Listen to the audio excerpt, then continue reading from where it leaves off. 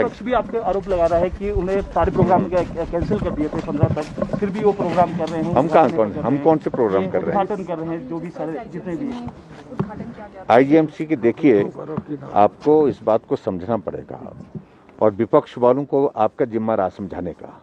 हमारे से बेहतर आप समझा सकते हैं। इतनी कर बुद्धि उनके पास मुझे लगता है कि भगवान ने दी है कि कोविड की सिचुएशन, थर्ड लहर जो हमारे देश में, हमारे प्रदेश में आई है, एक एक दिन के 2-2 हज़ार केसेस आ रहे हैं।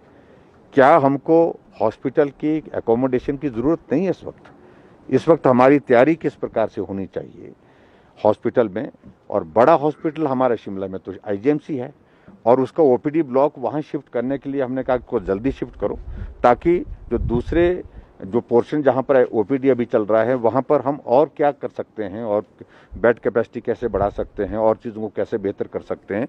तो इसलिए उनको इस बात को समझना चाहिए और मुझे लगता है कि कांग्रेस वालों की समझ में सारी चीज़ें नहीं आ रही हैं, उन्हें तो यही दिखता है। तो एक औपचारिकता थी, औपचारिकता के तहत हमने किया, लेकिन कोविड की परिस्थितियों को ध्यान में रखते हुए आज की ज़रूरत है ये। हिमाचल प्रदेश में देखो, वो कोविड के नए वेरिएंट आने के बाद, ओमिक्रॉन के पश्चात पूरे दुनिया में कोविड केसेस में बहुत ज़्यादा बढ़ोतरी हुई है और देश में और प्रदेश में भी बहुत ज़्यादा बढ़ोतरी हो रही है इन दिनों में। अगर हम हिमाचल प्रदेश का देखें तो लगभग 1800 केसेस से ज़्यादा केसेस पर डे आ रहे हैं। तो वो हिमाचल की पॉपुलेशन के हिसाब से स्वाभाविक रूप से हमको एक चिंता का विषय है। प्रधानमंत्री जी ने सभी मुख्यमंत्रियों से इस बारे में फीडबैक लिया कि किस प्रकार से सारी चीज़ें आपके प्रदेश में तैयारी की दृष्टि से हैं और क्या क्या। उसके बाद जो सबसे बड़ी बात है कि जो सेक्रेटरी हेल्थ जो गवर्नमेंट ऑफ इंडिया, उनकी ओर से जो प्रेजेंटेशन दी गई उसमें ओमिक्रॉन के बारे में डिटेल में बताया गया कि संक्रमण ज़्यादा होगा, ये आप मान करके चलिए, लेकिन उसके बावजूद हॉस्पिटल में पेशेंट का नंबर बहुत ज़्यादा नहीं बढ़ेगा क्योंकि होम आइसोलेशन में ही अधिकांश लोग इसमें ठीक हो रहे हैं। तो हमने हिमाचल प्रदेश में भी ऐसा महसूस किया कि एडमिशन हॉस्पिटल में उतनी ज़्यादा नहीं है, लेकिन फिर भी उसके बावजूद होम आइसोलेशन में हम बेहतर मैकेनिज्म उन लोगों के लिए जो संक्रमित हुए उनके ट्रीटमेंट के लिए कर सके, उस पर हमने कल बातचीत की है और उसके लिए अलग अलग चीज़ें हमने तय की हैं। सर, आज कैबिनेट भी है, क्या और बंदिशें बढ़ाई जा सकती हैं अभी?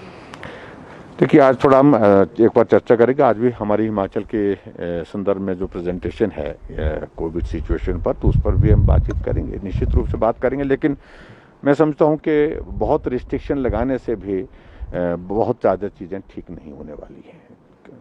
ठीक नहीं होने की वजह मेरा कहने का कि आर्थिक दृष्टि से कोविड के कारण लगातार तीसरा साल चल पड़ा, जो बहुत बड़ी क्षति हुई है इकोनॉमी को, और वो मुझे लगता है कि उस पर भी हमको विचार करना पड़ेगा कि आने वाले समय में इन रिस्ट्रिक्शंस के कारण हमारी डेवलपमेंट के साथ साथ में हमारी इकोनॉमी ज़्यादा प्रभावित ना हो, ये भी बहुत आवश्यक है।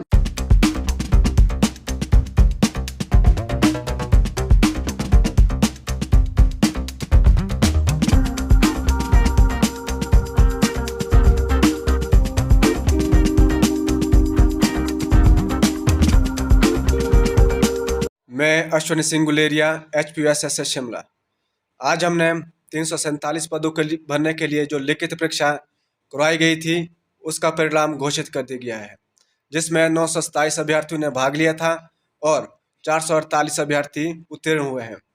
उत्तीर्ण हुए अभ्यर्थी का इंटरव्यू 8 मार्च से लेकर 31 मार्च तक लिए जाएंगे और उनकी ज्वाइनिंग अप्रैल माह में दी जाएगी। धन्यवाद।